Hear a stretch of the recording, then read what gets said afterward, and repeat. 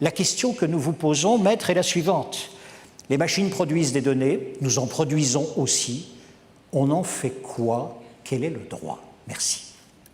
Vos données au sein de vos entreprises sont convoitées, et sont convoitées, on le voit tous les jours. Ce matin, en venant, j'écoutais France Info, on parlait encore de Mark Zuckerberg de Facebook, qui s'excusait parce que des données ont été aspirées par une officine politique et qui ont permis, à partir de publicités ciblées sur Facebook, de pouvoir orienter la campagne de l'élection américaine. Les objets connectés, ils sont aujourd'hui moins bien protégés que, je dirais, les terminaux connectés.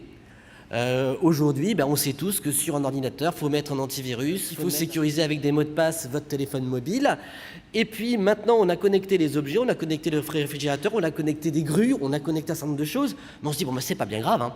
C'est pas bien grave, ce sont des objets, il n'y a rien dedans, il n'y a que des données numériques, mais il n'y a même pas de données personnelles, donc c'est pas grave. Le problème, c'est la responsabilité de ces objets connectés. Ils ont développé aussi ce qu'on appelle les supply chain attacks. On a l'impression de voir un film américain, un blockbuster américain.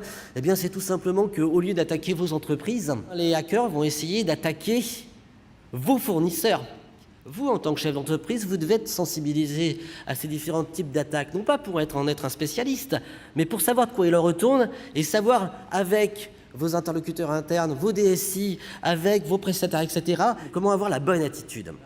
Si on me vole mes données, mais que j'ai une sauvegarde quotidienne ou que j'ai une sauvegarde même en temps réel, si mes données sont cryptées, la personne qui me les a volées ne pourra rien faire de ce qu'elle m'a volé, et comme moi, j'ai une sauvegarde, je peux tout de suite me remettre en conditions opérationnelles d'activité de mon entreprise. Aujourd'hui, les assureurs s'intéressent aux risques de cyberattaque et assurantiels liés à ça. Il y a une révolution qui va se passer le 25 mai 2018, la mise en place du RGPD, du Règlement général sur la protection des données, qui va venir remplacer la loi informatique et liberté. On va devoir intégrer au sein de l'entreprise une documentation, et cette documentation, elle va être faite sur un principe très simple. En matière de données personnelles, j'écris ce que je fais, et je fais ce que j'ai écrit.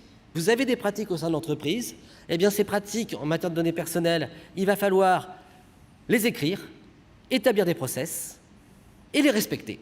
Si vous ne le faites pas, lourde sanction, jusqu'à 10 ou 20 millions d'amendes, pouvant aller jusqu'à 2 à 4% du chiffre d'affaires mondial.